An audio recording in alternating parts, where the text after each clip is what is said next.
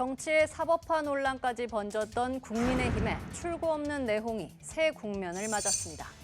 가처분 전쟁을 빠져나온 당은 안도의 한숨을 쉬었고, 반면 이준석 전 대표는 윤리위원회 추가 징계까지 겹치며 큰 타격을 입게 됐습니다. 이 전 대표가 제기한 첫 가처분 신청에서 주호영 비대위에 제동을 걸었던 법원은 2라운드에선 정진석 비대위에 힘을 실었습니다. 추가 가처분 신청을 모두 각하 기각한 겁니다. 법원은 2기 비대위 출범에 법적 하자가 없다고 봤고, 개정당원이 소급금지 원칙에 위배된다고 지적한 이 전 대표 측의 주장도 받아들이지 않았습니다.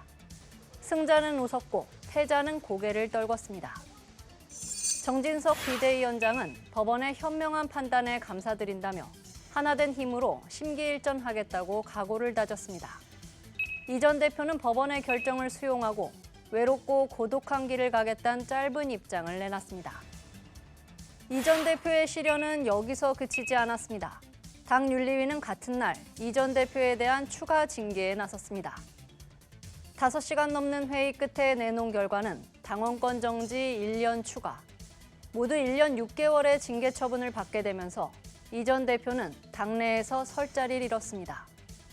당 소속 의원 등에 대한 지속적인 모욕적 비난적 표현을 사용하며 타인의 명예를 훼손하는 것을 민심 이탈을 촉진시킨 행위로 볼 수 있습니다. 2024년 1월 초까지 당원권이 정지되는데 임기 내 당대표직 복귀가 불가능해진 건 물론 총선 공천도 불투명한 상태입니다. 정치 행보를 이어가기 위해 독자적인 활로 모색이 시급해졌습니다. 장외로 밀려난 이 전 대표를 두고 당내에서도 여론이 분분합니다. 분열과 고립을 자초했다는 시각도 있지만 나와 다른 목소리를 인정하는 포용 정치에서 당이 멀어졌다는 우려도 나옵니다.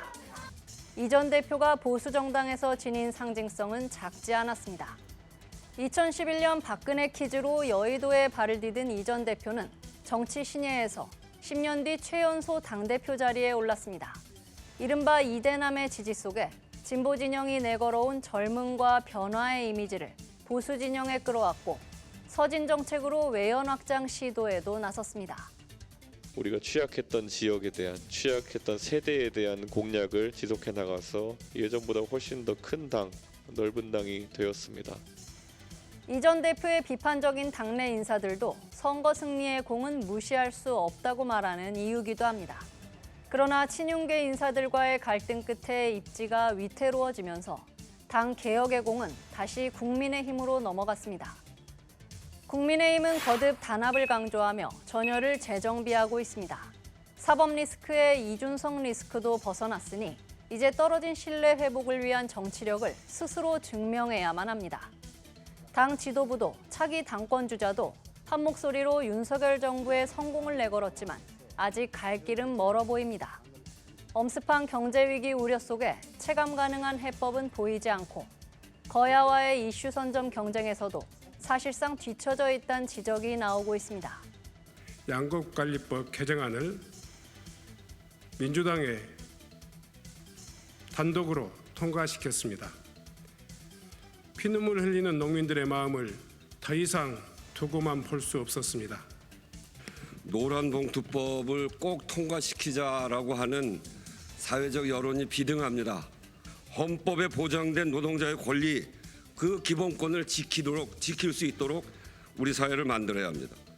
비속어 논란과 부적절한 대응 등이 도마에 오르며 여권의 여론조사 지표도 롤러코스터를 타고 있습니다. 위기감이 심화하며 내년 초로 전망되는 전당대회 흥행에 기대를 걸어보고 있지만 신선한 충격을 줄 수 있을진 아직 미지수입니다. 세종대왕은 여민의 리더십을 정치의 요체로 삼았습니다. 통치자의 입장에서 백성을 위하는 위민보다 백성과 눈높이를 함께하는 여민을 택한 겁니다. 신하들을 대할 때에도 침묵을 안타깝게 여기고 다수와 다른 의견을 내는 이들에게 오히려 관대했다고 알려졌습니다. 집권 여당을 바라보는 국민의 시선은 아직 불안합니다. 크고 단단한 그릇으로 소통과 포용의 정치를 펼친다면 바다가 비에 젖지 않듯 일일이 세풍에 흔들릴 이유가 없을 겁니다. 지금까지 여의도 풍향계였습니다.